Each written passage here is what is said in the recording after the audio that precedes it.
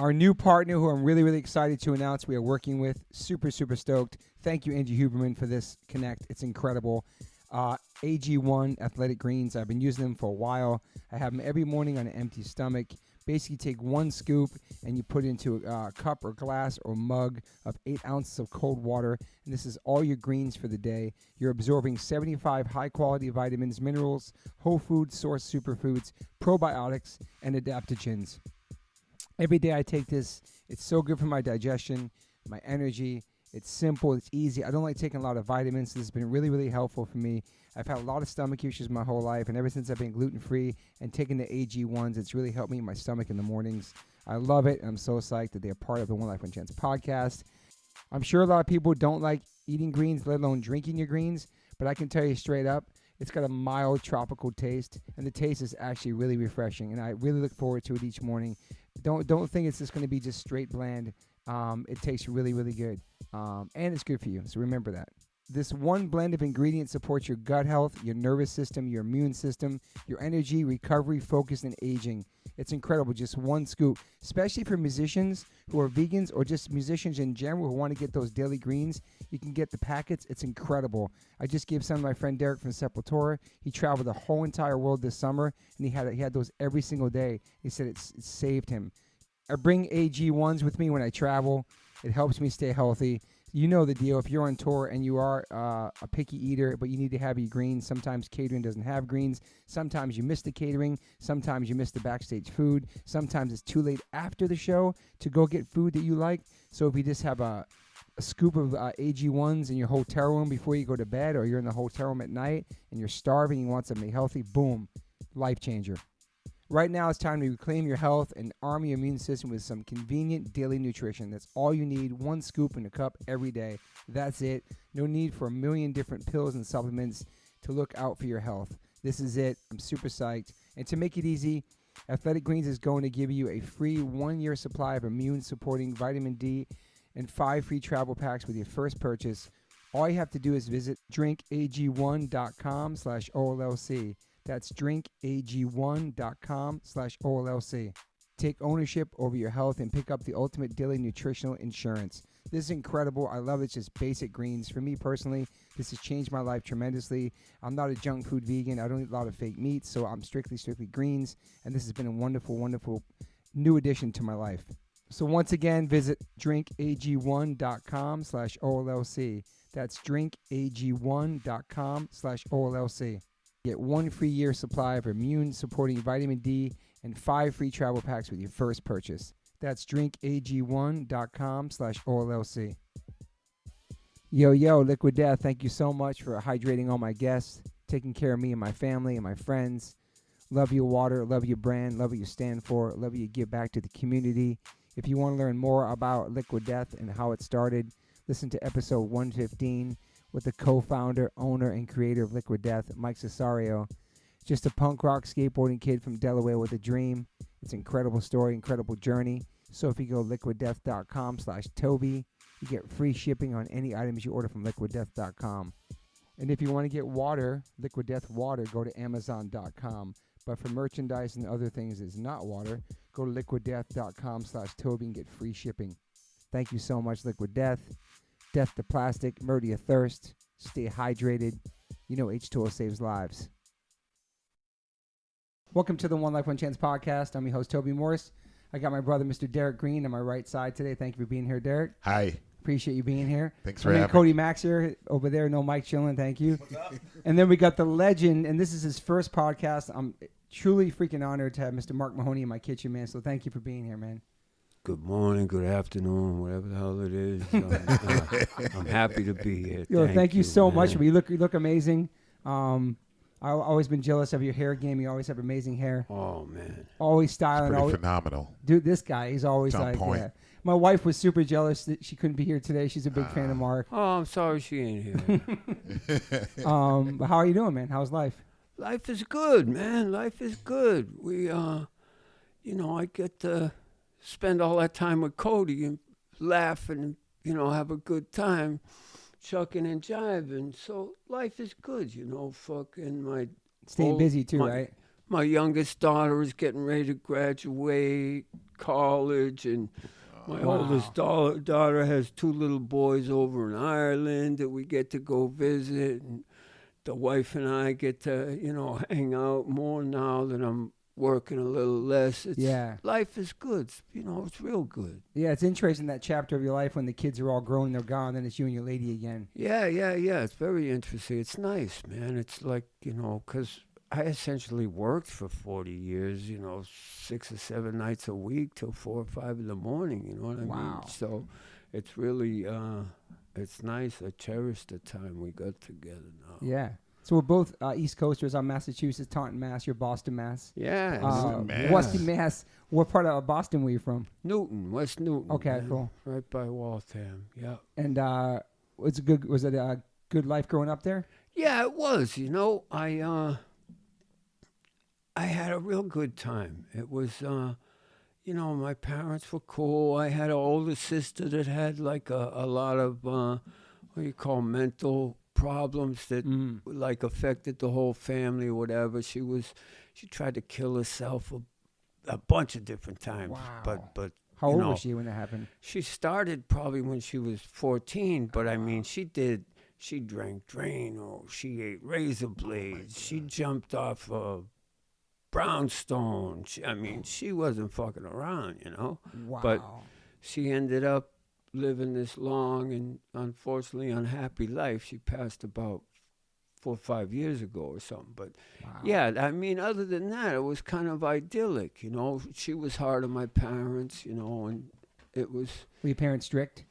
No, super sweet, super, Was it a religious family or? Yeah, like they were. Catholic? My dad was big Catholic, and Irish Catholic, yeah. Yeah. And my mom was a big believer, but she didn't believe in church so much. So. Oh, really? Yeah, my dad was an usher and went every Sunday.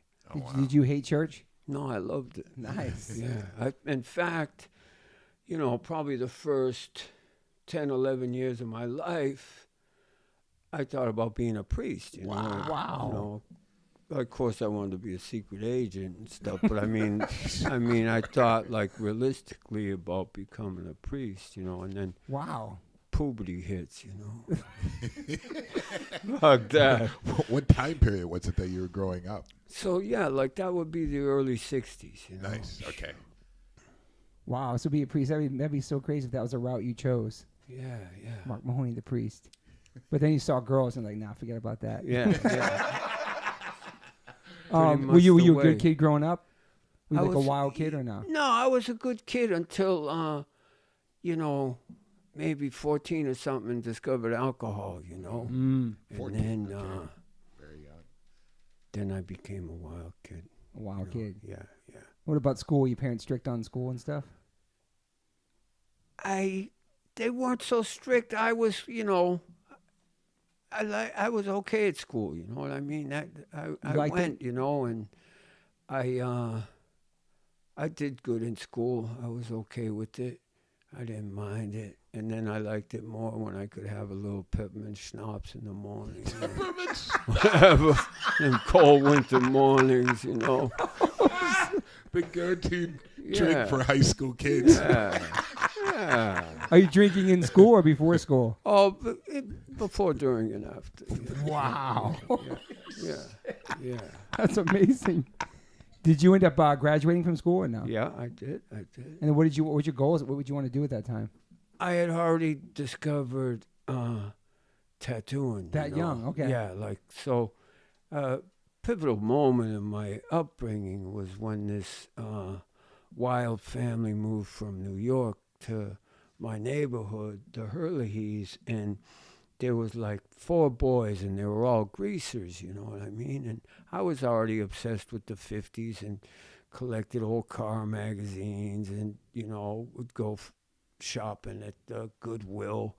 But these guys were like full-on pomade, leather jacket, and so it started like a little greaser gang that I, got jumped into. And Mark, the oldest one, was going down to get tattooed, and of course it was illegal in Massachusetts. So would go to Rhode Island to get tattooed, and I went with him. I was maybe 15, and he was 18, and as soon as I walked into this, it was Buddy Mott's tattoo shop in Newport, Rhode Island. Oh, shit, I used to live in Newport. Yeah. That's where I lived after Taunton. Wow, okay. Yeah, I knew that this was it. It was like a real epiphany. I walked in there and looked around, and I don't think Buddy had changed anything but the channel on the television since World War II. You know, it had that real fucking atmospheric, cool vibe, and he was tattooing a Hell's Angel, and there's a line of people waiting to get tattooed by him, and I was like, oh yeah, this is it. You fell in love with it. Yeah. Were you ever interested in art in school? Yeah, I always drew, you know what I mean? Okay. That was Okay, my that thing. makes sense. You have them long winters back there, so Right. I would spend, and I started drawing like the Revolutionary War when I was a kid, and then choppers started happening in the middle 60s, and I started drawing choppers, and that was a big obsession with me, a motorcycle thing, and that kind of segued into the tattoo thing. You also love like religious art too, as well. Like all that Yeah, stuff. yeah. I mean, and that's the thing that I remember most about going to church is just looking at those pictures and the way that they can make it so dramatic looking, you know, with that light source or that whatever the tricks they use. It's like art turned up, you know what I mean? Religious art has a little extra nitrous oxide or something that makes it strong. Do you did you get tattooed that day when you went there? No, I was too young, you know. Yeah. It took me till I was 16, I think, to get tattooed. But I was, you know, I was a goner. And then Mark was also an artist, Mark Hurley, and he had joined the Navy after high school. And he got a guy in Florida named Cool Hand Luke to teach him how to tattoo. But of and course. then Mark came back and knocked on my door, and he had a 12-pack of Budweiser with all this brand new tattoo equipment piled on the top of it, and says, "Mark, you're tattooing my back." So, What? okay. That was your first tat? Yeah. A back piece? And it was big tiger on his lower back, right? And I drew it on with a pen. He's kind of, you know, like bent over the chair a little bit. I'm getting ready to start, you know. He set the machine up, and I'm getting ready to start. And he says, you know, "Let me pee, Mark." So he stands up, and then his tiger becomes a dachshund. It's like long and thin, and I was like so glad I didn't start tattooing. Oh, yeah. Because you have to see what it looks like when you stand up till you move all around. Yeah. So that was, you know, one of my first lessons in tattooing before I even hit the skin to, you know, put the pattern on the way it's going to be shown. Wow, man. So you're like underage tattooing, basically. Yeah. Wow. Fuck, man. Do your parents know what you're doing at that time? At that No, point? yeah, maybe they knew what I wanted, and you know that went over, like they say in Boston, like a fat in church. That I wanted to do, you know, it was like saying I wanted to be a burglar because it was illegal, you know. So And tattoos back then was like criminals, sailors, all kinds of degenerates. It wasn't like it was great. obviously what it is now. It's Right, insane. right, It's like yeah. so many people have tattoos now. And I mean, I guess you were pretty young, so I don't know, like the Vietnam War, that wasn't. you know, I was like, if I was maybe 9 months older, I would have had to Yeah, you register for the draft, you know. So Wow. I just kind of dodged that bullet, you know. Okay. But that's the era, and you know, when I did start tattooing, that's who I tattooed was, Right. you know, like the motorcycle clubs that I started tattooing my career on were all like returning veterans from Vietnam, you know. Wow. Is it true back then they might have used like some motor oil inside the ink too? Some of those bike clubs? Who knows what's in the ink? No, Okay. That's a good one though, man. That's what I heard. They had some really crazy inks they threw in there back then. Or Yeah, no. I mean, they had mercury in the red in those days, you know, which sometimes would welt up on people. So straight out of school, you're just tattooing then? That's your thing? Yeah, it took me maybe a year after high school before I got rolling, Yeah. I was 19 when I started, not doing any other jobs and just doing tattooing. Yeah, and that's right in Boston? Yeah. What was it? A shop or like? No, I'd go to the motorcycle clubhouse. Because it's illegal back then. Oh yeah. And, Of course. Sometimes people's kitchen, much like we're in right here and now. I'd Wow. set my stuff up, and it was fun, But it's funny that, one of the things that attracted me, or the main thing that attracted me, was the, like the darkness and the fucking bad boy thing. You were doing and the something illegal. mystery and the rebellious. illegality of Yeah. it. And, all of that is kind of gone, and I wonder if I was, 17 again, if it would have the same allure to me, I don't really know It's the answer interesting. to It's that. definitely interesting, and also thinking that you probably had seen the change of. There were probably just mostly men getting tattooed. Yeah. And then seeing that shift. Did you Yeah. ever notice that shift? Like, wait a minute, there's women coming Yeah. in now. I mean, there was women in those days, but Oh, really? So they were wild. Yeah. Tell Yeah. us about the women. But yeah, I mean, there was- it's women gradual, Derek, it was gradual, but now it's almost more women. Yeah. Right. Right? Yeah. Yeah. I would think that for sure. Right now, Yeah. more women getting Oh, yeah. tattooed. Of course. Dramatically different. Yeah. Wow. I'm just curious about the women back then that were getting tattooed. They must have been super rebellious. Yeah, they were intense. Yeah. Yeah.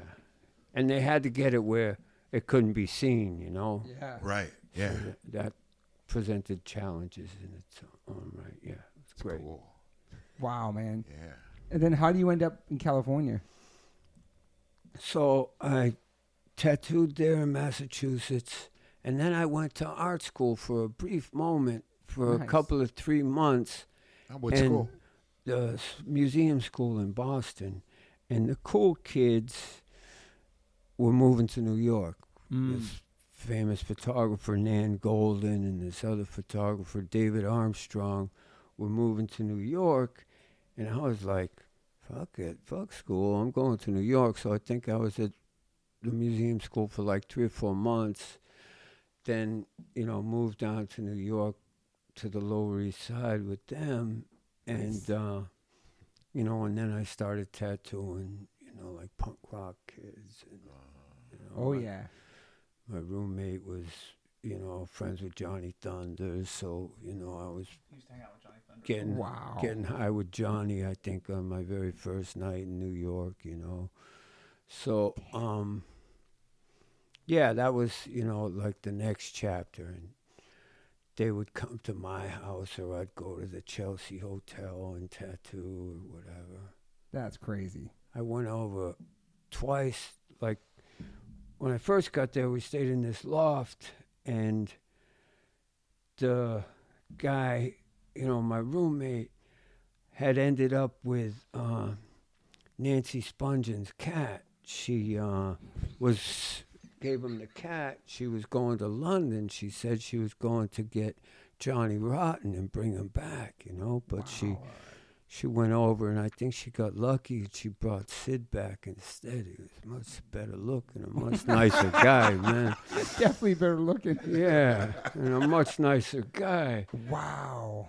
But, so then I... So you're just hanging out with all that crew, all those people. You're Yeah, in New York, and, in the you know, mix, like Lower East Side. Yeah. What is that? 70s, late 70s, early 80s? late 70s, Okay. 77, Dude. 78, 79. Different world, man. Lower East Side back Absolutely. then. I'm sure. That's some warrior shit. Yeah, because we both lived there.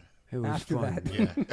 Yeah. Way after that. What's funny is that there was, so many gigs every night of the week. You'd have to go to, CB's early and then someplace else late. And then, then go to the Mud Club after hours. And it wasn't cool to say you were happy or having a good time. You had to say, "Oh, I'm so depressed, I'm so miserable." Super dark.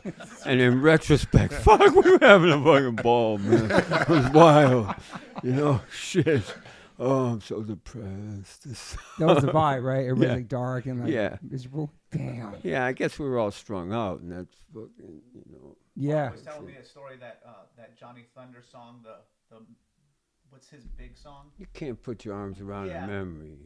He was telling me this. Cody Mack, ladies and gentlemen, grab the mic. Go ahead. Hey, he Joe's was telling gonna me kill this you, story okay. about how they were watching the Honeymooners before they would go out, and that line was on one of the shows, and that's how he got that song, was from watching the Honeymooners with Mark. Wow. Yeah, dude. Jackie Gleason is threatening to leave Alice, and he tells her, Alice, I'm leaving, and you can't put your arms around a memory. And Jackie was a fat guy. She goes, I can't even put my arms around you. I love that show. Yeah. Me So too, that was man. that was on at 11. They would show 2 back-to-back episodes and be at the house, fucking get ready, getting high, and then then you go out, So you were partying like crazy then, Yeah. but still maintaining tattooing every day and Yeah, everything. Yeah. right, trying to tattoo every day. Yeah. Wow, man. So how old are you? How old are you then? Do you remember? You gotta So be yeah, I 20? was like 19, 20, Wow.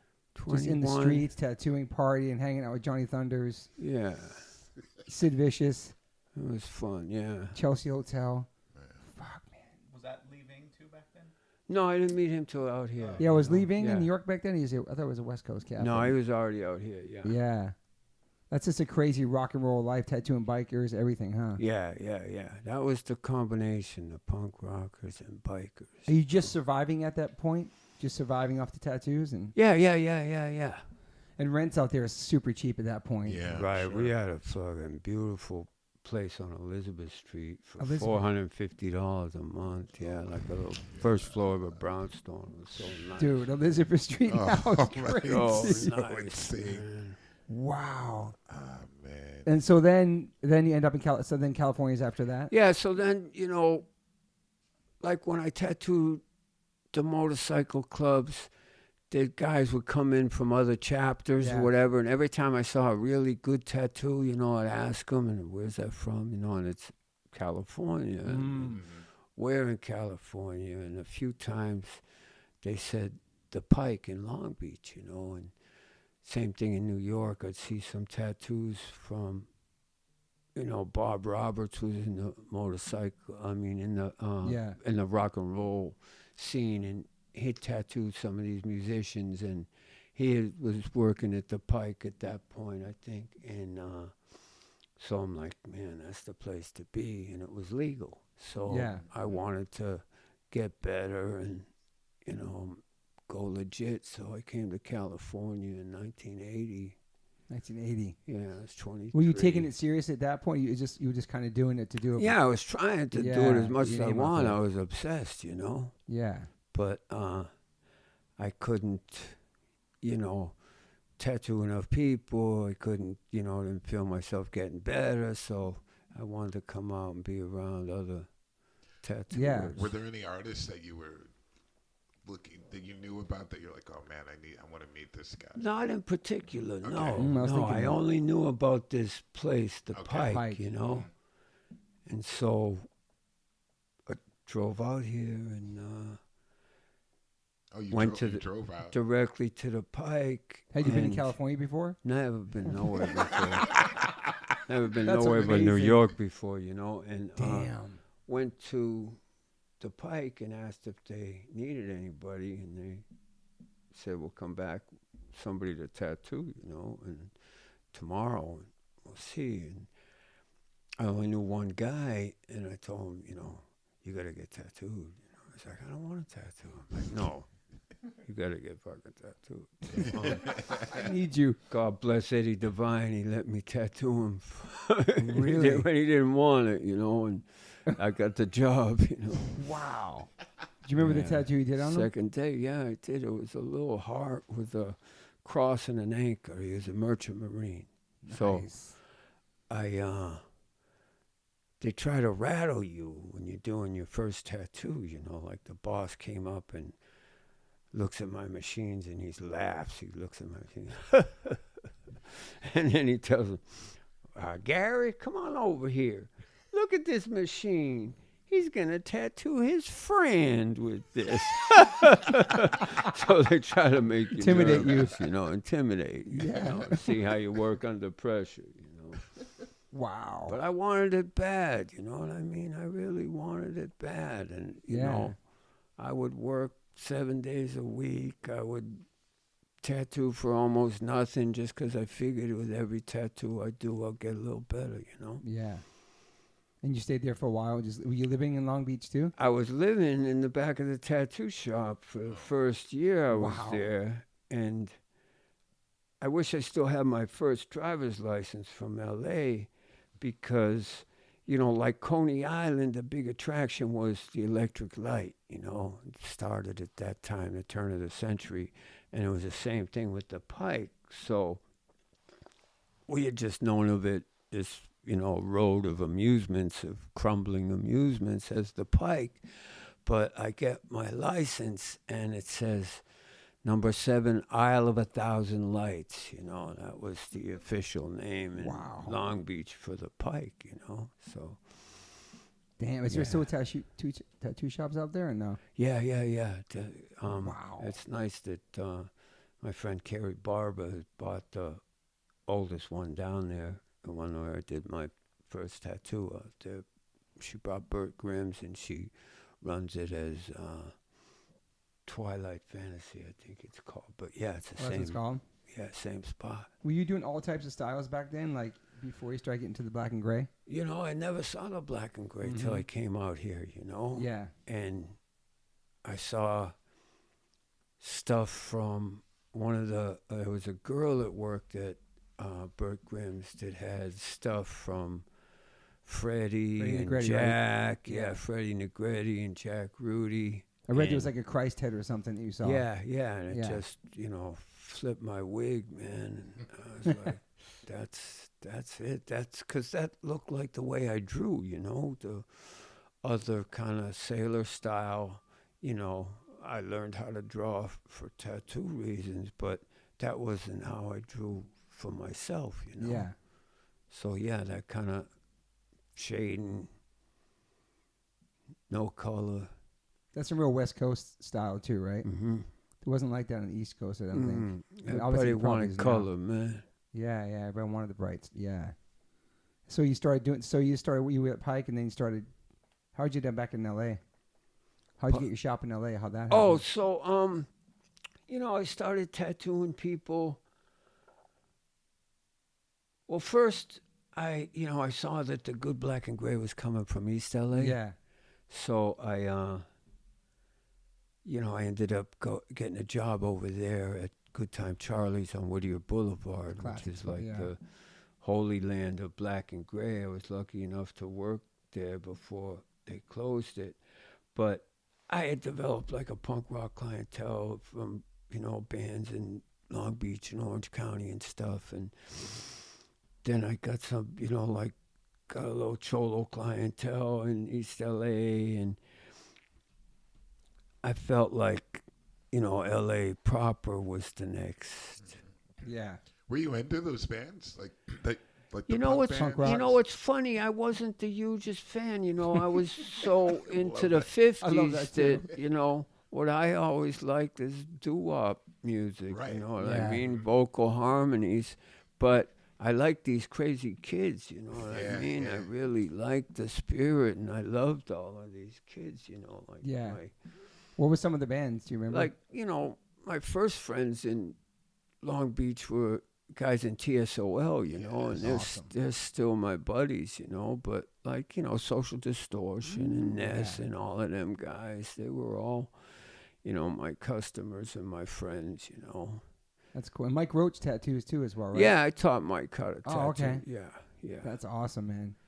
Just like the classic West Coast bands. Yeah. Yeah. So you tattooed Mike Ness before, obviously. Yeah. Did all Mike's first tattoos, He was a little late coming at it, I tattooed all the other guys in the band. And then, Mike got tattooed. Yeah, now he's got so many. After, now he's yeah. still getting them. And then what about like, so you did at Cholos, you had like punk rockers, and then you started doing like in celebrities as well, right? That became when you came up this way, right? Yeah. I opened a shop on 3rd Street, not far from where we are here. And I think, I had tattooed Johnny Depp in Long Beach when he was 17. Wow. His girlfriend at the time was an old friend of mine. She lived in New York. She lived in the Chelsea. I tattooed her in the Chelsea. And she brought him, he was still living in Miami. She brought him to Long Beach to get tattooed. But he was just talking about getting his band signed, He was far from thinking about being an actor, Wow. But then I opened up on 3rd Street, and Mickey Rourke started hanging around. And I think, like Mickey and Cher were kind of pivotal in popularizing tattoos. They were kind of the first, like, visible. Oh, that's right. Cher had on her butt. Yeah. Video. Yeah. Oh, It was a shit. They were like the first, visible celebrities Great getting point. more than one tattoo, and, they rocked them, you know what I mean? They wore them real well, So, Mickey's still my buddy, and he's still getting tattooed. Wow. We're going to tattoo him next week or something like Phenomenal that. So, actor. Yeah, phenomenal actor, man. yeah, phenomenal individual, sweetheart. But, I think that's a story that's not really told, how important, how, like, all tattooers kind of are in debt to them for how popular it's become. I forgot about Cher. That's crazy. Yeah, man. That's yeah. That famous video. Yeah, You yeah. did- And yeah. I used to watch Sonny and Cher as a kid. Oh, my God. She's a comedic genius. Absolutely. Man. Absolutely. Did you Nicolas Cage too? I know he has a whole back piece. Yeah, or yeah. I something. did something Tatted little up. on him. All of them, rebellious. There was this whole bunch of, young actor kids that hung out at the shop, and, Drew Barrymore and, Balthazar Getty and this whole crew that were skater kids from the neighborhood, that would hang out at the shop, and Angelina Jolie before she was old enough to get tattooed, It's crazy. Did you do the Winona Forever? Okay. Are there any tattoos where people are like, yo, I want to get this, and you're like, nah, I'm not doing that? There was I had a shop in San Pedro between Long Beach and East LA, the first shop of my own. I was partners with this guy, Jimmy. And I was broke, and all the white guys in San Pedro were strung out on heroin, and all the Chicans were on PCP, so nobody really had the disposable income to get tattooed, except for this one, like, biker coke dealer friend of mine. Wow. And he wanted to get a noose around his neck.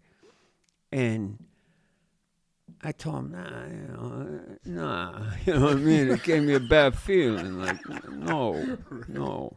And he was unrelenting, He'd come down, and one night he came down and he put out $100 bills. And I could have paid the rent of my house at the shop, I shit out the dry cleaner. I mean, I could have been square, you know what I mean, and high, So I just couldn't do it, no matter what. And then he came down one day and says, I'm going to this guy's garage in Wilmington. This guy just got out of prison, and I'm going to have him do it. So if I get hepatitis or any kind of shit like that, it's going to be on you, Mark. And I'm like, Dennis, I can't do it, So anyway, he comes back and he shows me, and this vato got down on him. It looked so good. It was big and fucking black. It was really fucking, the kid did an amazing job. And 2 days later, Dennis was working on his car in his driveway, and it rolled down and broke his neck. He was paralyzed from the neck down. 2 days after the tattoo, so somehow I knew. Fuck, I ain't doing that shit. Holy shit, dude. That's like an omen or something. Yeah. Wow. You would probably say no to somebody right now at this moment if they want to get a news too. Still. Yeah, Right? yeah, that's. What about like face tats? Fuck it. But it seems like now, Mark, more people are getting their face before they get anything else. I know that's it. I mean, that's ridiculous. I won't do someone's first tattoo on their face. That's what I'm saying. It's like a thing now. It's like almost backwards with the Yeah. hands and the neck and the face first. Yeah, it's ridiculous. The It's- hands, the right. neck, the That tattoo face. shop, they call that the Warped Tour bodysuit. Warped Tour bodysuit. Yeah. Yeah. Scarves and mittens. It's like, what happened? And it happened relatively fast. Remember, we're speaking with basketball. John Sally. John Sally, and he was talking about people getting tattoos in the NBA. It wasn't that long ago. It was like illegal to have them. Right. Yeah, it was. Dennis Rodman was like the first person. Yeah, you And couldn't. that's show, what he said. He said Dennis was one of the first, And you couldn't show him. and he would get and like, fined. I mean, there's another one that we're all like indebted to, and Tupac. You know what I mean? These people. Oh yeah. These people. Did you tattoo Tupac or no? Yeah, I touched up some stuff on Tupac, and I did a crown on him, and I was, I was real close with the Death Row people. Suge was one of my best friends, and What? This is a Just whole so- other story. Just so nonchalant. I'd go out to Can-Am Studios and tattoo while Pac was recording, and a bunch of times, and tattoo all the Outlaws and This whole crew. yeah, everybody, man. Wow. Should kidnapped him once on a private plane. You talking to Mike? Talking to Mike because Joe's gonna kill you. Yeah. Oh yeah, sorry, Joe. Yeah, Mark will tell that, but yeah, Suge basically kidnapped him to us. Here, I'll tell you. After This shit got Pac good. died, I guess Suge didn't want to come to the shop no more, so I'm at his place on Wilshire, and I'm doing a big 61 Impala on his stomach, and that shit hurts, but Suge will fall asleep no matter where he's getting tattooed. Wow. Savage. Yeah, it's so tough. But anyway, so he tells me, Mark, why don't you pack your shit up and we'll finish this in Chicago? I got to fly out there to try to sign these girls. I think he said it was 4 sisters play rock music. I want to sign them to Death Row. So I'm like, yeah, okay. So I call the old lady up, and I had a brand new baby, and she's like, I want to go to Chicago. She goes, well, you getting paid? I'm like, yeah, we were broke. I don't think I even had a car. I was borrowing her dad's car. So next thing you know, me and Suge and 20 brothers in the jet on our way, to Chicago or whatever. And then when we land, I see the sign that says, welcome to Atlanta. And I tell him, Suge, I thought we were going to Chicago. And he's like, all right, so I lied to the white guy. But he had a suitcase with $2 million in it that he was going to try and give the girls on the sly. Signing bonus. Yeah, cash. Fucking red alligator suitcase, Oh my God! And so you would just end up tattooing him out there in Atlanta? Yeah. Finished them up in Atlanta, and He then would come by the shop all the time too. and Suge was the most generous. How he has this evil rap, I'll never know, because he was the most loyal, the generous, the sweetest, and I'd tell him what the price was, and then he'd give me 5 times that or whatever. And I came right home and bought a 66 Eldorado convertible, Wow! Thank you, Suge. Yeah. Thank you, Suge Knight. But the best Suge story involves Cody Mack over here, so Okay. I'm going to let him take it Go away. ahead, Cody. So Suge used to come in randomly with these girls. Some would be strippers, some would be lawyers, some would be college students, and he'd make them get the same thing, Suge's MOB. He'd probably 10 different girls Money came over into the bitches? shop. Yeah. Or his portrait. Yeah, something like. But he would come in, and one night he came in, 2:00 in the morning. It's the end of the night. I'm miserable. I don't want to be there this late. Freddie's tattooing somebody, and Isaiah's there, and Suge comes in with one of his homies, and then this white stripper chick, and she's about to get tattooed. but she's drunk and she's acting a fool. And Freddie's customer's leaving, spills something on the ground. So I'm on my hands and knees and I'm cleaning up this green tea ice cream, green tea drink. Yeah. And I hear this girl say, I want to fuck someone up. I'm going to fuck someone up right now. And I'm like listening. And then she goes, I'm going to fuck up that white boy. And in my head, I'm like on my hands and knees. And in my head, I'm replaying what she's saying. And I'm like, oh, fucked up. I'm like, wait a second. I'm the only white person in here. And as soon as it clicks, she jumps on my back and like looks like she's about to hit me. And I look up and I'm like, if you fucking hit me, I'll knock you the fuck out. Because I was also just married for a couple years. And I couldn't go No, home he with a black guy jumped from a and he stripper. jumps up in Suge's face. Suge is at the counter, and I turn around to Suge, and listen, I've heard all the stories. I was shook from Suge, but I looked dead at Suge, and I was like, Suge, get this fucking bitch off me. I'm not the one. And Suge kind of looked at me and goes, you, get over here. Put her, like, in the corner, had his boy, took care of her, whatever. Never heard from her again. That was a Friday night. I'm scared to death. I'm like, I just fucking yelled at Suge Knight. I'm going to be dead. I come back to work on Monday, and Mark's like, Suge came by on Saturday. And I was like, oh. And he goes, yeah, he told me. And I was like, oh. He goes, Suge comes in, he goes, where that guy Cody at? He goes, I love that little motherfucker. Said, nobody talked to me like that in years. He goes, fucking Cody's my man. Where he at, man? And then, like, a couple years later, Maddie's 3 years old. She's in my car seat, and I'm driving down this alley in Glendale, and I hear, Cody Mack! And I, like, stop my car, and it's Suge standing with another dude in this alley, and he goes, Burbank. Yeah, in Burbank. He's like, what's up? And I'm like, what's up? He comes around the back, starts playing with Maddie. He goes, we should go to dinner. Let's hang out. Blah. And I was like, No way. I was like, yeah, like, cool. Oh, I'll give you a call. Cody. As soon as I pull into the driveway, I go in my room. I'm like, hey, I just saw Suge. He wants to like do dinner. And my wife's like, no, we're not doing dinner with Suge. That is fucking Amazing. dude. Cody Mack ain't taking shit Cody from nobody. Mack. No, he jumped right in his grill, man. Dude. Right, Cody Mack. Right. Cody Mack, a.k.a. Suge White.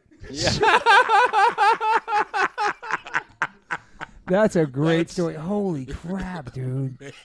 So, all right. So let's flip it now. Then you end up tattooing Biggie Smalls. Yeah, Who that was a hell of a day, I love, man. and you're in you're in the movie, or it's documented in a lot of the Biggie stuff. Like it was either the day before or the day of the night of the party. 2 days before. So Okay. anyway, after Park got shot, I had tattooed, a lot of people from Bad Boy too, Mary J. and, Puffy and these people. But I was going to ask. somehow I didn't care about, I didn't like Puffy that much. Mm-hmm.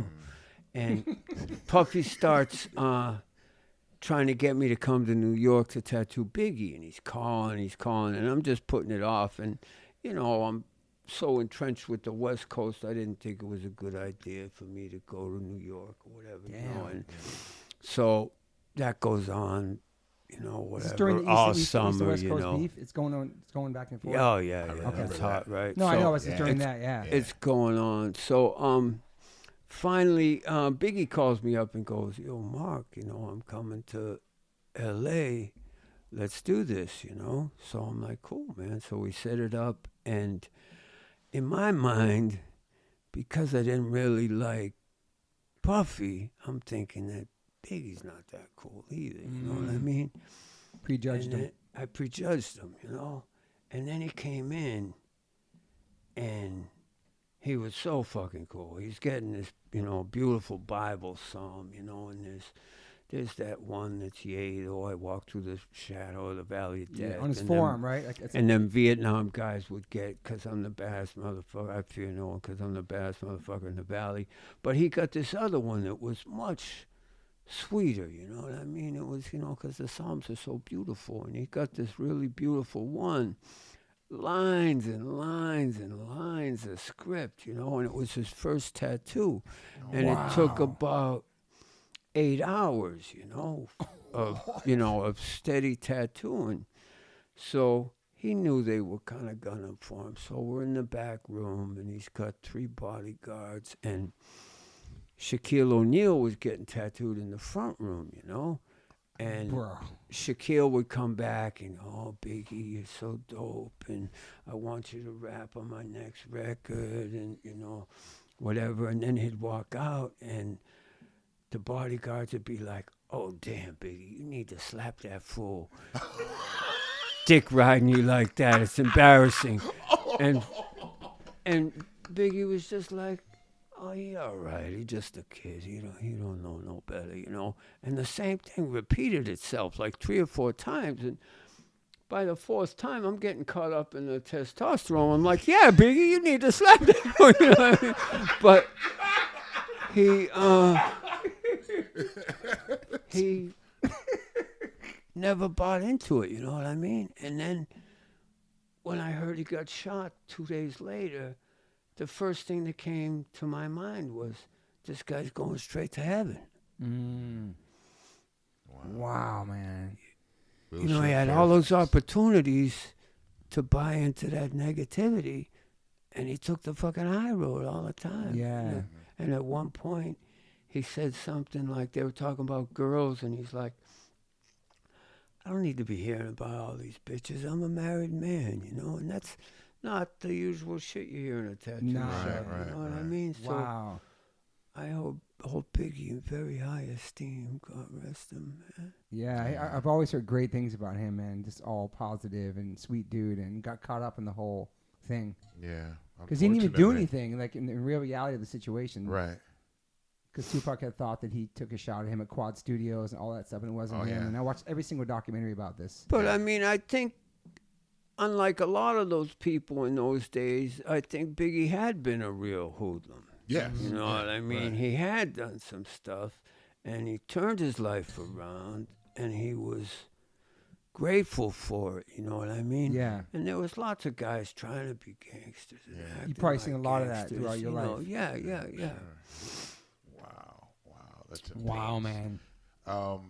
Was there any person that you tattooed that you were just like, oh my God, this person is So like and so. somebody that was Starstruck? Yeah, like starstruck. Or were you like, oh my God, I can't believe him? Nah, you know, not so much. I mean, my old lady tells this story where, you know, Johnny Depp used to have these parties for his mother's birthday. It was New Year's Eve, and we're sitting at a table, and this guy comes over and he's talking to the lady next to me, and I look over and it was Al Pacino. And my old lady says she never saw me shit my pants before. But that's like one of the only times I was really like, That's oh my understandable. God, it's motherfucking Al Pacino. You know, Go, it's a Cody Mack. Go, Godfather. Cody Mack. I can tell you who is starstruck over Mark. Every time he's at one of those Hollywood parties, he goes to Adele's Halloween parties every year, all that stuff. Every time Leonardo DiCaprio sees Mark from anywhere, he will run across the room and point him out and be like, that right there is the coolest guy in Hollywood. And just walk away. That's respect. That's I amazing. love that kid. Wow. Yeah. You say Good Adele kid. too. I have an Adele tattoo. I love Adele. Oh, my and God. I read something recently that you love tattooing her, and she just loves getting tattooed too. Yeah, she's such a cool, unique individual, Talented. and funny as fuck. You know what I mean? She is a joy. You know, I really like hanging out with her. Yeah, she's getting a lot of tattoos. It's interesting that like how Johnny Depp has his hands all tatted. He's like a huge actor, but all of his hands are tatted, and like just like the makeup and stuff it takes to cover those up for all the movies he's done, Pirates of the Caribbean, just all that stuff. Even Nicolas Cage and like there's so many people.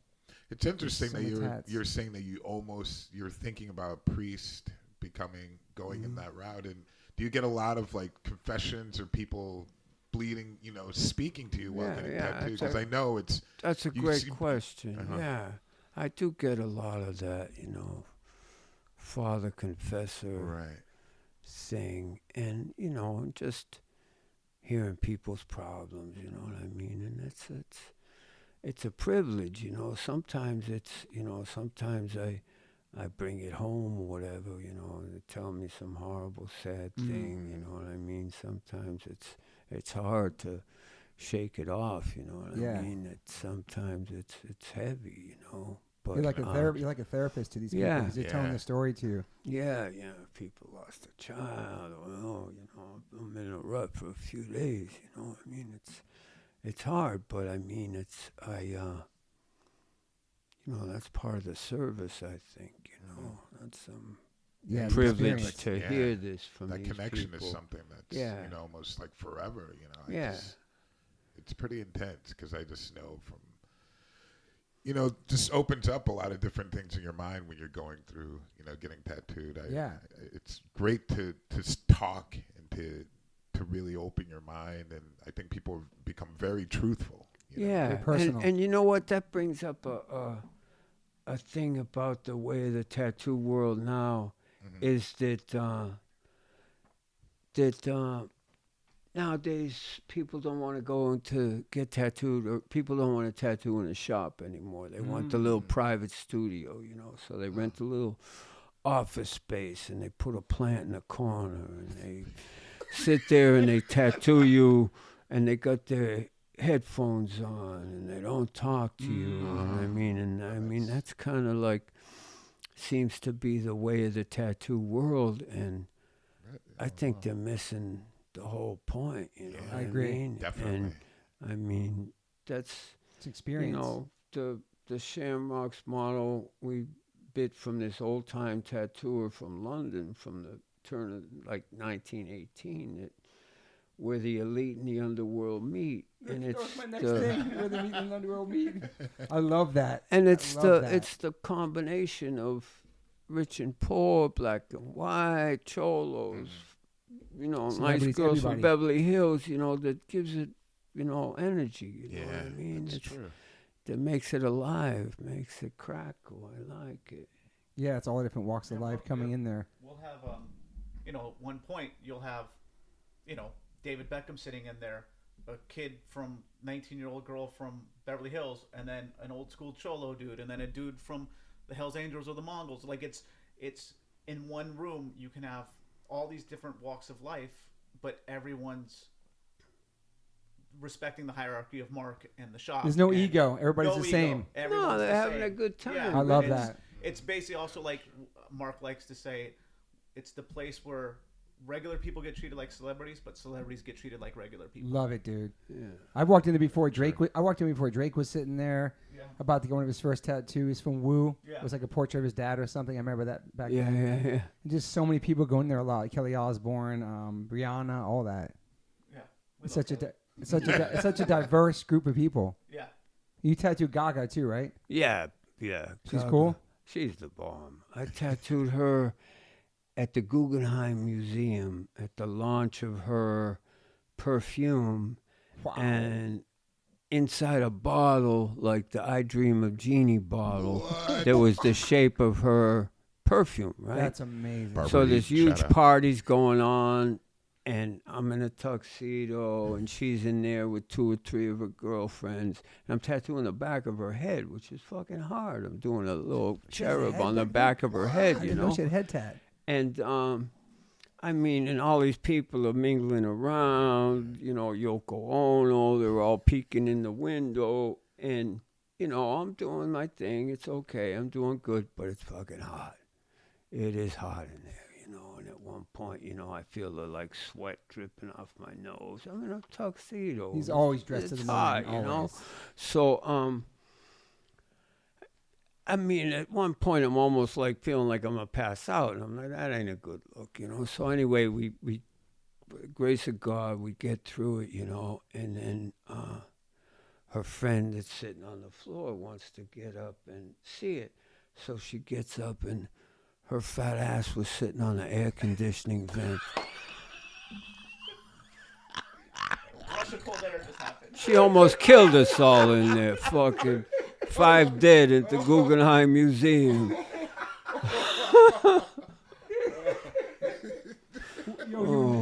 Have you ever, in the past 10, 20 years, you never tattooed, not dressed like you never wear a T-shirt? What's like a loungy clothes for you? At home, you're chilling like in sweatpants. Yeah, I wear a T-shirt at home, but I iron it. I love that. And you've always been into fashion, always into style? Yeah, I always liked it. My dad was a sharp dresser, so I think it's, got the curse from him, Yeah. You've always been so styling on point, always, man. Didn't matter where you were, always, It's good. Character defect. So the acting stuff, Black Mass, American Gigolo, just seeing you pop up in different things with Johnny Depp. Do you like the acting stuff? Do you want to pursue more of that? Oh, yeah, it's so fun. It's so fun, Toby. You were great too. You're Yeah. perfect. You're perfect in those. Natural. Very Magic. lucky to be able to do it. It's something that I probably always wanted to do, but I never would have had the balls to put myself out there. Mhm. And, you know, I'm probably too sensitive, or was too sensitive to go on auditions and not get them. I kill myself every fucking time. You know what I Mhm. mean? It's a tough thing, you know. But you know, my skin is a little thicker now, and I can go on an audition, and I'm blessed because I have an art that gives me gratification and pays the bills. So anything else I get acting is like, you know, from heaven, you know. Yeah. And it's really fun to do something different after, you know, almost 45 years of being in Yeah. a tattoo shop, you know. It's really cool. And You have to audition for Black Mass? that one I didn't. But, you know, it's funny, I owe my career to these two French guys, you know. This first French guy, Jonathan Demy, whose dad was like a new wave director. He asked me to be in this little film, Americano, with Selma Hayek, just a tiny little part. But that was my introduction. And then I tattooed this other French guy a year or so later, Guillaume Canet. And he called me a few months later and said he wrote a part for me in this movie called Blood Ties with Clive Owen. Would I want to do it? And I'm like, fuck yeah, you know what I mean? So that was a great thing. So I love the French. Yeah. I'm very grateful to these guys, you know, and, you know, Johnny helped me get the Black Mass one, you know.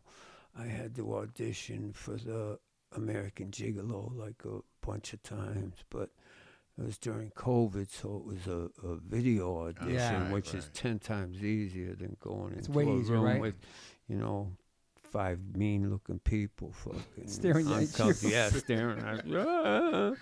But You yeah, get yeah, nervous yeah. still? You get nervous? Yeah, yeah. But you know what? On the set, considering I'm doing something that I'm not, you know, experienced doing, It's not your lane, yeah. I don't get that nervous.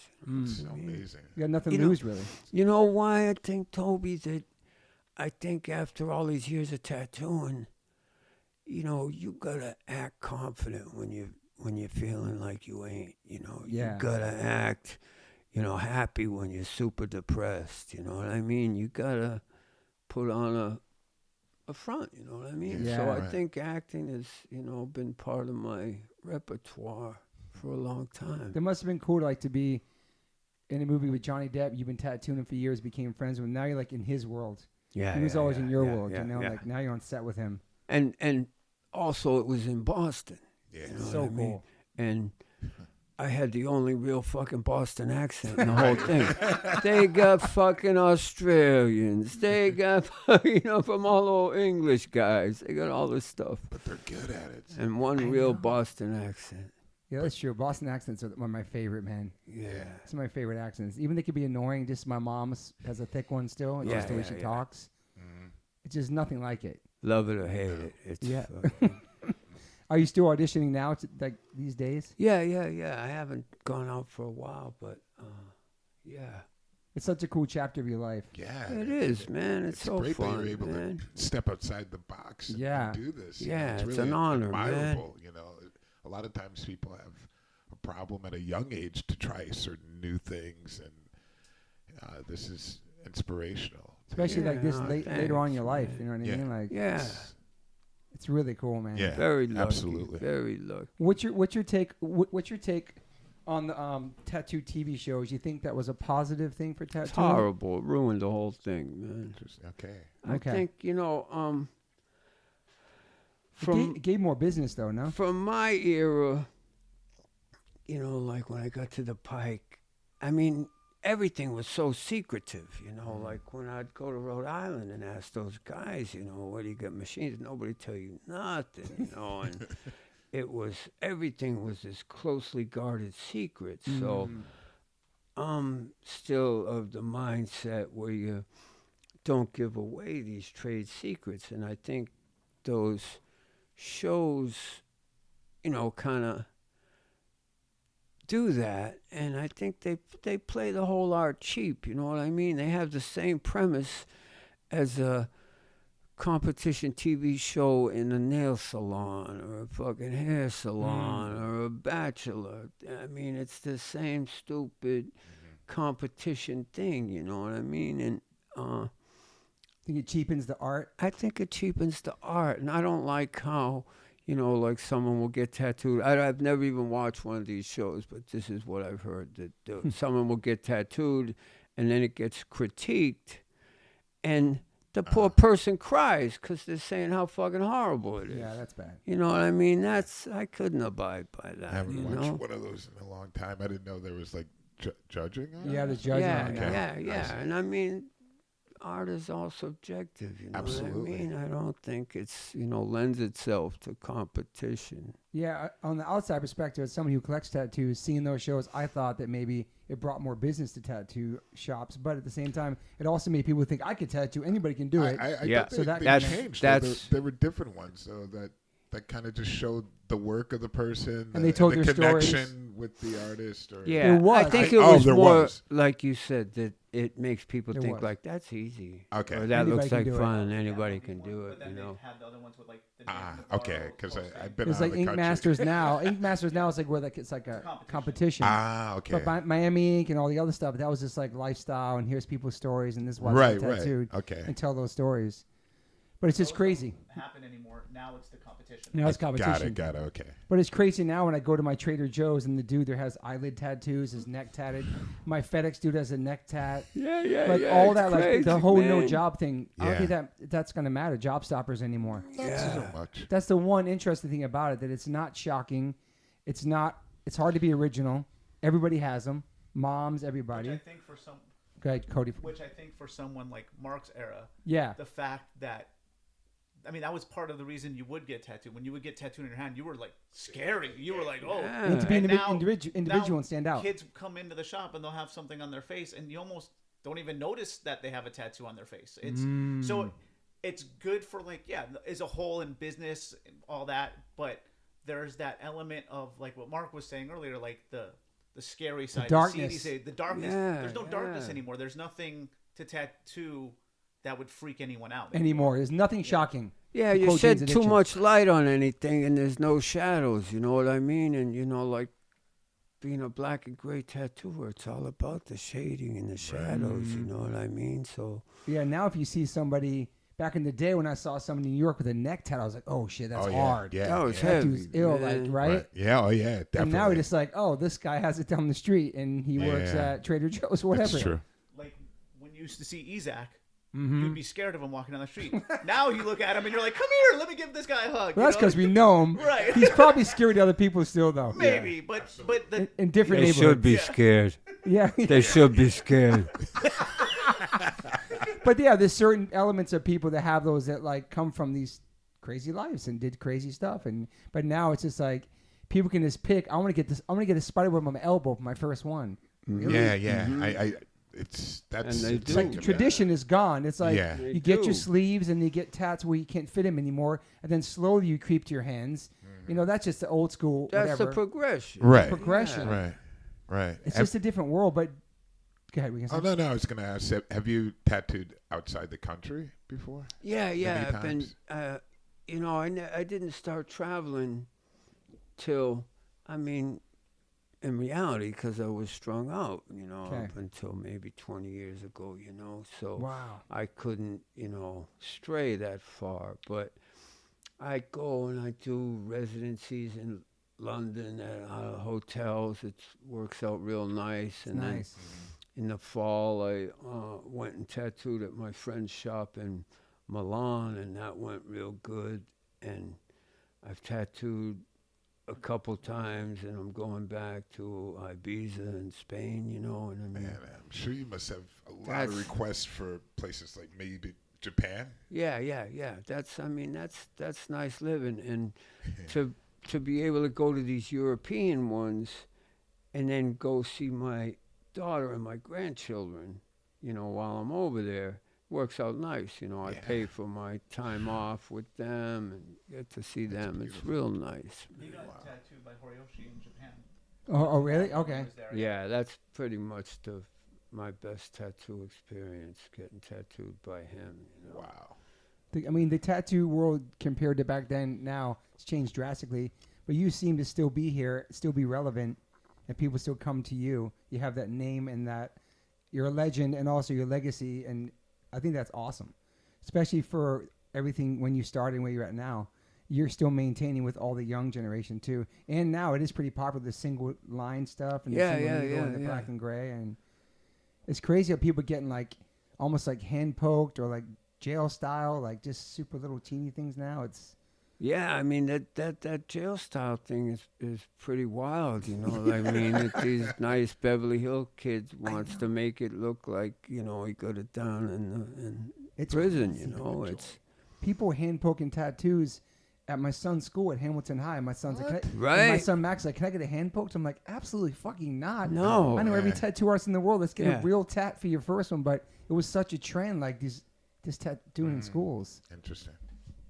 Toby Mark also has been cool that at the shop I get to see it is he's been tattooing for a long time and he has been relevant that he's now tattooing children of the dudes that he has tattooed. That's awesome, So he's man. doing The generation. second generation, Grandchildren, and even grandchildren at some Wow. point. So it's pretty awesome to see like these three people coming into the shop to get their 18-year-old grandson tattooed, but the other two are tattooed by Mark and tell stories from the old days. It's pretty awesome to be there for all that kind of that history, really. Yeah, that's amazing. Man, that's an honor. How long has the shop been there for now, Shamrock? 21. 21 years. Wow. 22. 22 years. 2001. I was supposed to sign the lease on 9/11.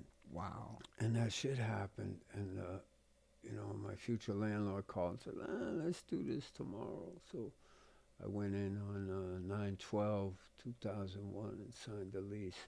And the guy who I signed the lease with was a prince. It was Robert Peterson. He donated the Peterson Auto Museum in his collection there. Wow. And he was such a cool cat. And he bought the building from Bing Crosby, who was a friend of his. Oh, you didn't know that's what this... Bing Crosby. Yeah. Bing Crosby built the building, and he wanted it for his publishing company, and he wanted it to be on the Strip because Bing liked hanging around with black jazz musicians, and he couldn't sit in the nightclub with them because they weren't allowed to, they could play, but they couldn't sit in the booth.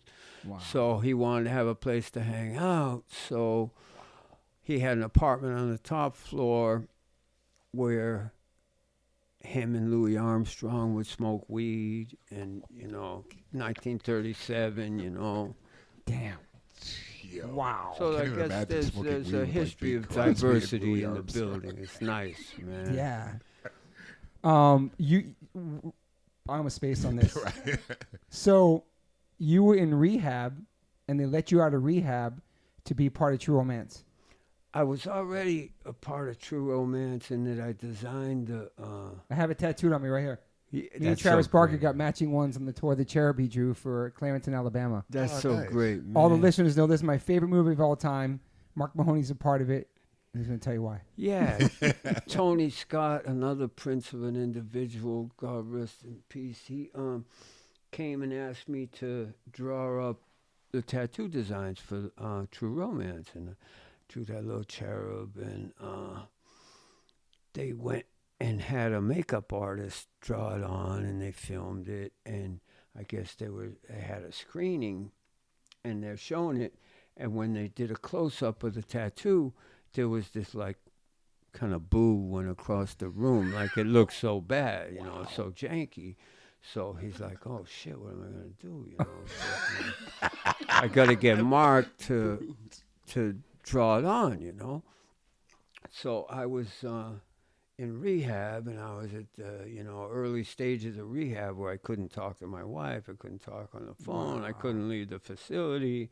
And next thing you know, at like 10 o'clock, they're coming up to my bunk and saying, Mark, come on.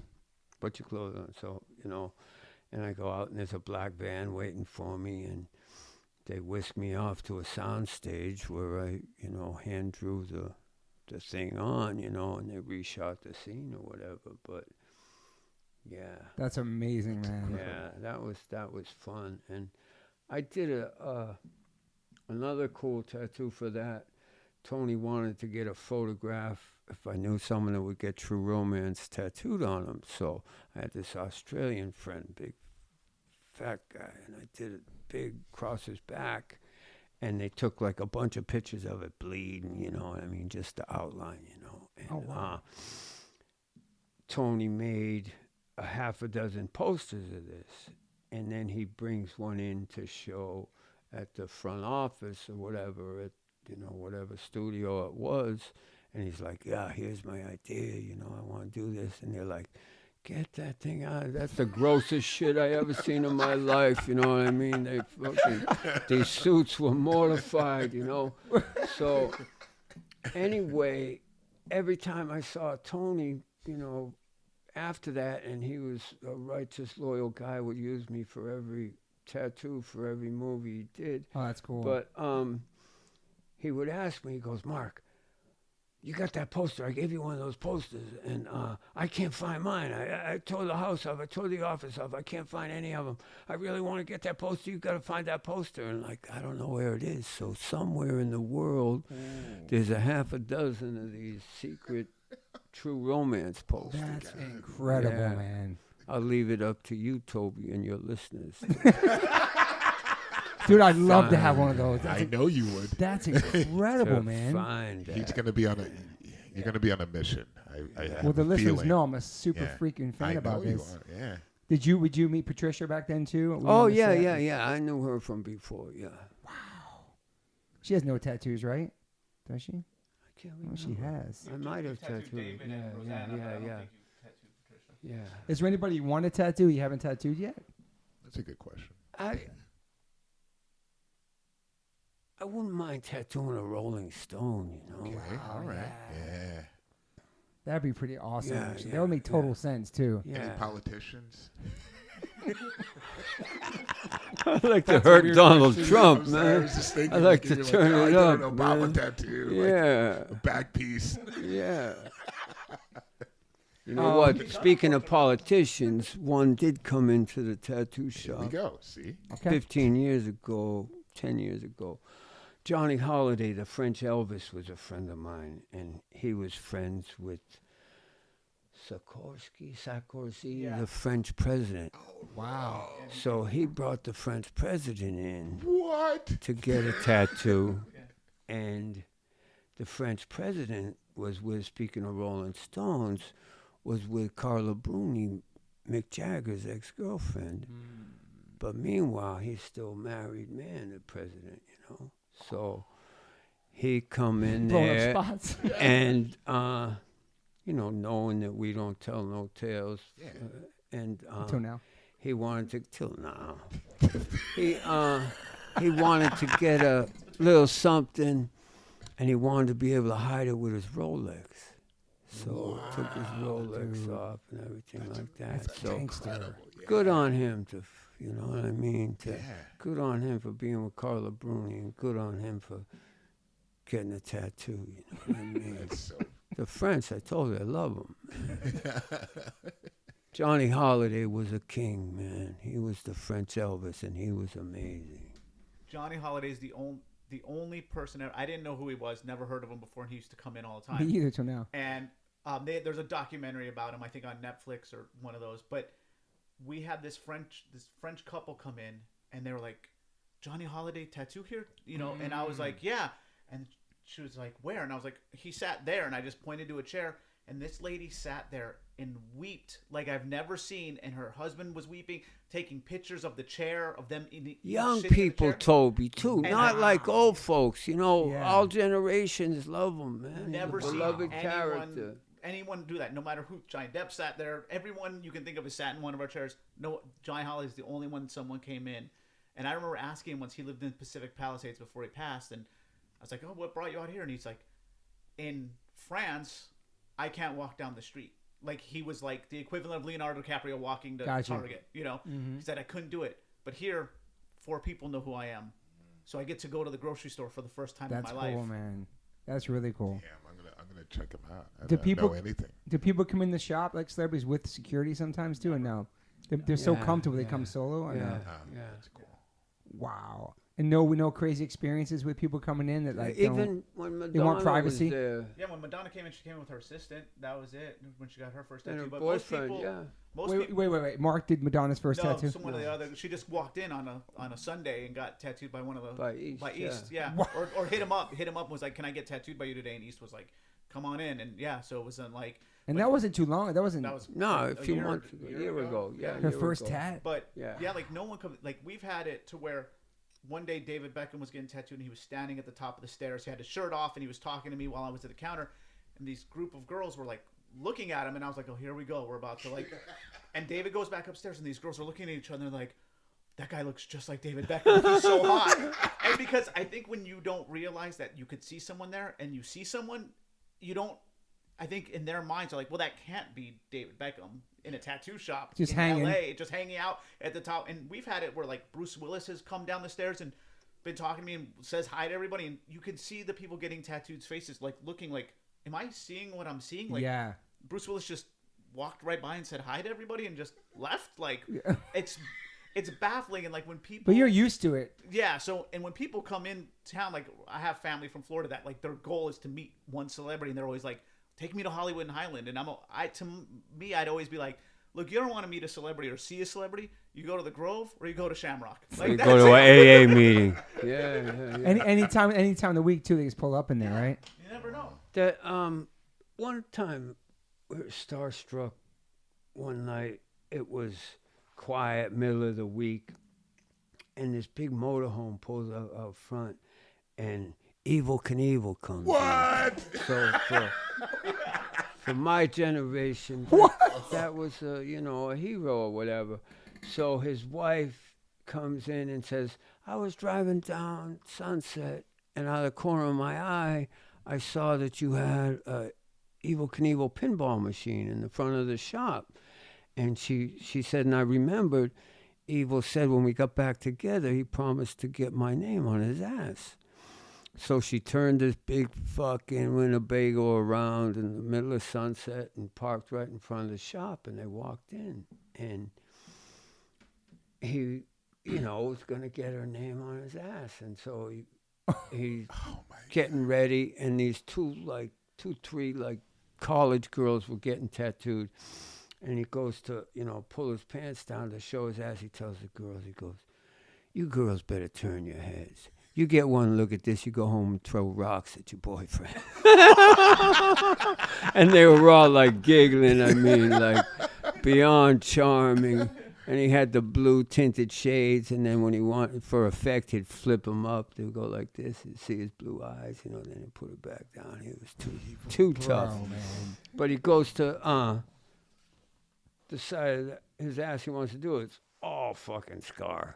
I'm like, I can't do that. So he's okay. We'll do it on the other side. But that was a good night. Dude, it's like you pretty much tattooed everyone, man. It's pretty amazing, man. Yeah, we've been What? Back it up. Go. Whoa. Go. Yeah, he tattooed Chris Martin too. Coldplay. That's my favorite band and singer of all time. That's a beautiful individual. I heard That's he's a nice so guy. positive, so nice. That's a nice guy. You would get along great with him, man. What you he do was- on him? You remember? He was recording. I was trying to remember. I did him a couple of times. Yeah. and Oh, I he has a don't- couple tattoos. Yeah. Okay. Super sweet tattooed guy. I him heard at though. that Jim Jim Henson's. Henson's studio that was the old A&M. Where they were recording their record. And you tattooed him Yeah. at the studio. Yeah. They were in the process, you know what I mean? And You he'd still do that? You get still go to tattooed. people? Yeah, Like people yeah, coming to you, yeah. you travel for people? Not for everybody. Yeah, not for Right. everybody. a filthy you, whore. I'll do anything for money. Yeah. Well, you talked about it before, how tough it was. You're living in the back of a shop. And Yeah. when did you notice the shift? Because now tattoo artists, if you're very good, you make Crazy money. bank. yeah.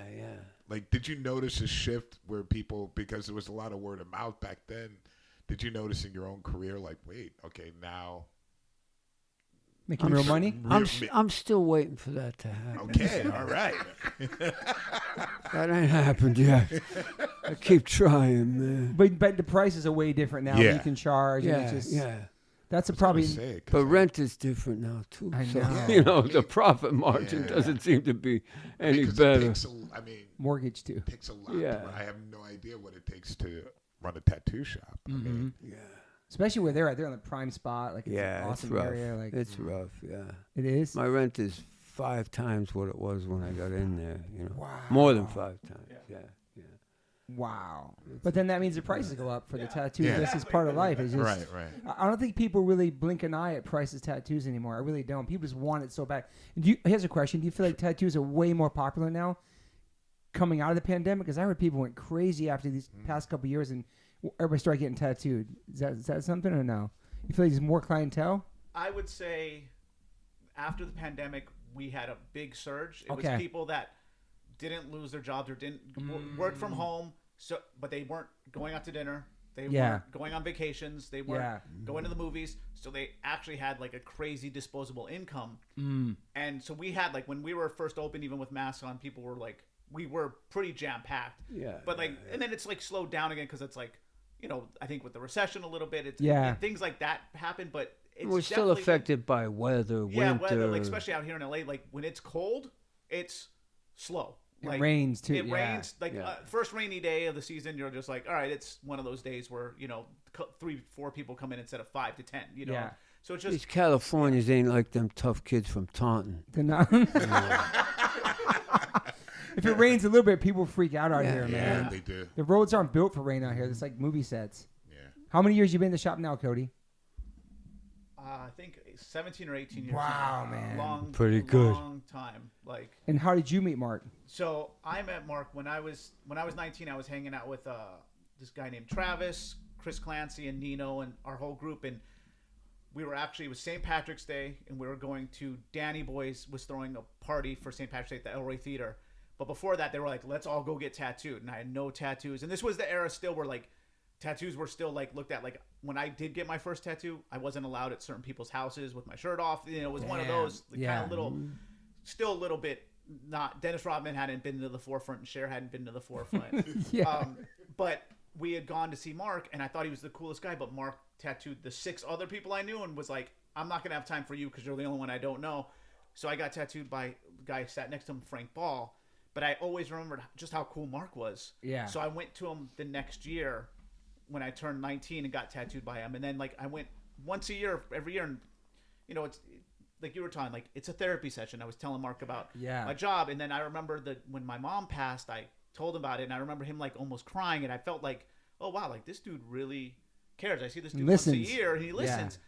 Yeah. And then one day I was, I worked at Warner Brothers and I left there. And then I toured with nonfiction, and then I toured Jedi Mind Tricks in nonfiction, and kind of got off tour and went up to Mark one day and was like, Mark, everybody, my work ethic. I needed, I'm looking for a job. I'm kind of, at this point where I'm going to need a job. And he was like, actually, my guy Big Island is about to start tattooing, and he's got to go. Big Island Mike? Yeah, Big Island Mike. Oh, yeah, shout out to Big Island Mike. Okay. So Big Island Mike, he's like, you could take his job. And I was like, I don't want a tattoo. Like, I can't draw. And he goes, no, I actually want someone that's not going to leave me in 4 years to run the shop. And I was like, oh, okay, cool, I'll do that. And I haven't been able to leave since.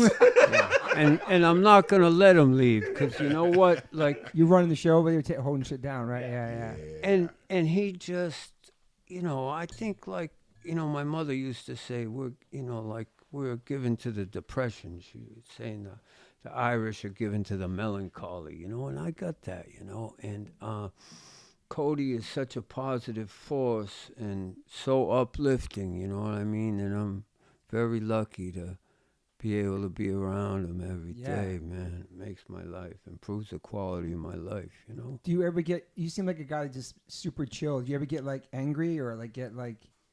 Anger is hard for me. I don't get mad much, He seems so chill. I was just telling this story because he's never, I've worked there for 19 years, and if I've messed up, he's come down and been like, let me talk to you for a second, and took me and talked to me like a disappointed dad. Like, hey, you need to do this.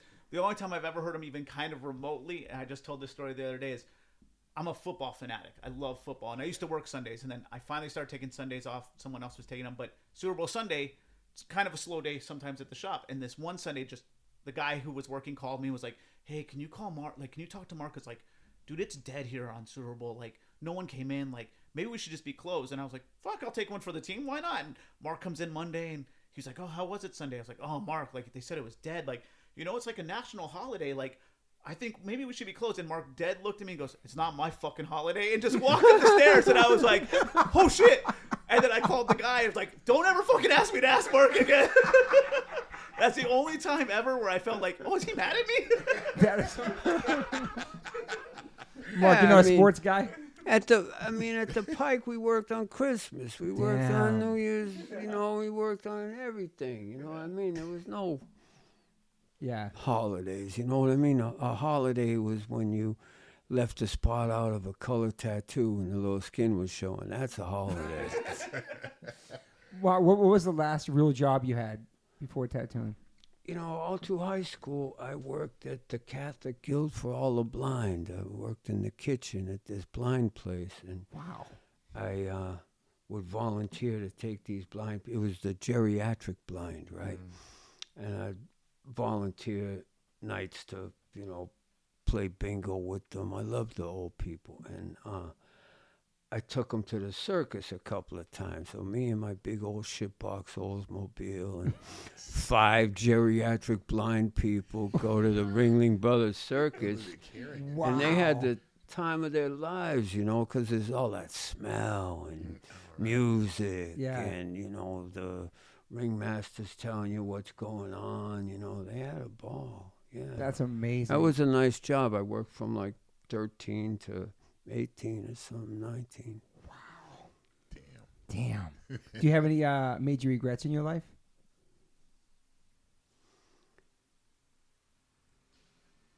Nah.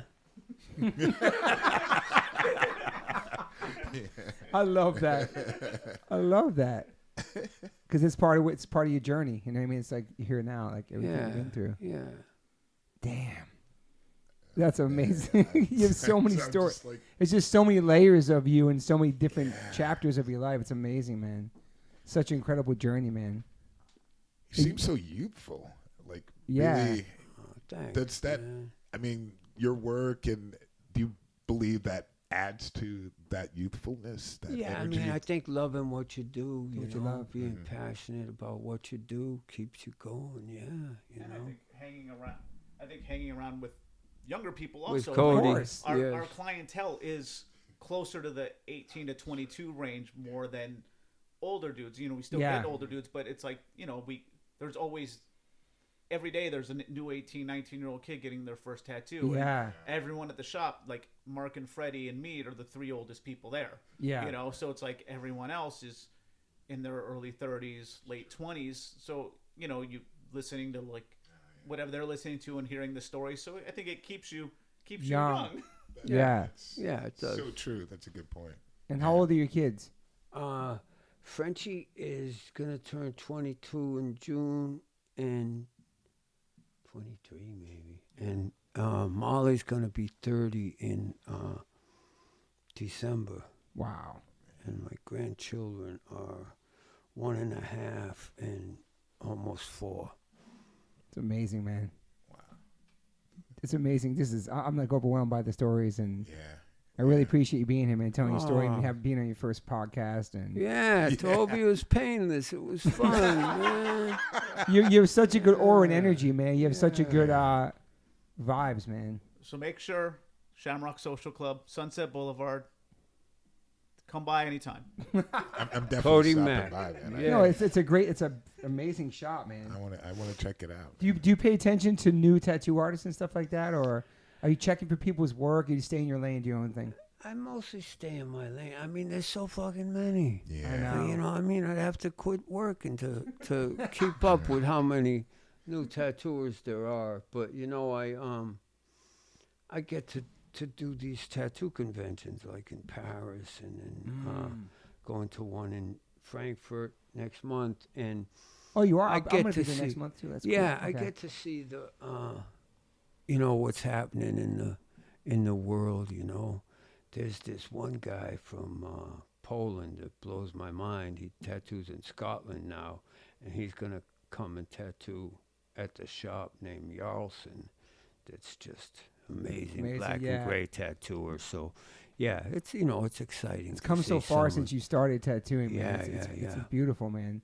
Just how big it is and how it's worldwide, and you can do it as long as you can do it. Yeah, and it's so different. I mean, there's black and gray, but there's 10 zillion kinds of black and gray now. You know, so yeah, it's big, man. Yeah, what were you gonna say? Oh no. I'm just like, wow. I know, man. It's let me check my notes to be sure I got all this stuff in here. You guys are you an optimist or pessimist? I'm an optimist. Yeah, I can tell. You can feel that. You can feel it. You've always been like that? Not as much as Cody. Yeah. I mean, and like I say, I'm kind of a depressive individual, so it's a battle. But I think on the whole, I'm an optimist. Yeah. And you're sober for how many years now? Yeah, 20, something like that, How many? 20, 25. 25. Wow, Yeah, man. I've had to be on, prescription medications for my, depression and anxiety and everything like that. So some people don't consider that Nah, man. sober, but, I've been doing good, keeping a needle out of my arm, fucking no dope. 20, 25 years. That's amazing, man. Absolutely. Yeah. Well, man, you have anything else for this, man? Your wife, how did you meet your wife? Oh, that's a good question. You know what? That's a great question. They've been together a long time. I met her in the old-fashioned way in the tattoo shop, She came in to get tattooed, and, Where was this? When I was on 3rd Street, it was called the Shamrock Studios, Okay. and that was, the mid-'80s. Okay. And we've been together almost 35 years. That's What did she amazing. what did she get tattooed? She got, her first one was a cross. She's a nice Chicana from East L.A. with an Irish grandfather. So she has green eyes and light hair, and that was the luckiest day of my life, That's incredible, man. 35 years. Put up with my ass for a long time. God bless. Yeah. That's so good, man. You have anything to say too, Cody, or no? No, I'm good. This was awesome. This was so good. It's like just hearing your story and your journey, and met you a bunch of times, been to your shop, hung out, and just having me here. It's an honor, man. Yeah, we never had a chance to talk too deeply. It's very nice talking. And I realized I've never been tattooed by you, but I have a tattoo that you did on me. Yeah. So I need to get a tattoo from you someday for sure. Where? I'll make room for him. By proxy, man. You got room. Yeah, I gotta. We'll find something. I work good small. Yeah, I would love to, man. It'd be an honor, man. Get something from Mark. And then what about social media? Are you on there? Do you deal with your account? Are you talking to people? Or What's social media? like Instagram? I don't know. You're on that shit or no? Oh, yeah, I heard that. No, I guess my wife does a little bit of that stuff for me. I don't ever look at anybody's. Yeah. So the shop has the Instagram. Yeah. Shamrock Social Club. Yeah. And it's run by Mark's wife, who's also the owner of Shamrock. Got you. And then Mark has his own. It's Mark Mahoney. He looks at it, but Nicole's the one that kind of runs it. But if anything, if you want to follow him or if you want to write to him or the shop, and Mark will either type back or tell me what to type back. I won't type back. It's crazy that portfolios now are just people's Instagrams for tattooing. You don't have to do a book anymore or go show your book. It's all social media. You can see everything on their account, like people's tattoo artists. Yeah.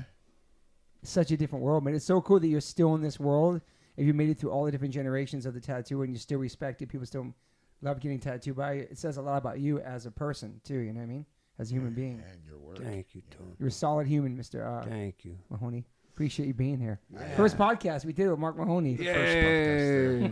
First podcast. Good one. You tried to do some Irish shit for him? To the Irish accent there. I've been working with some Irish people there. That's good time one. to time.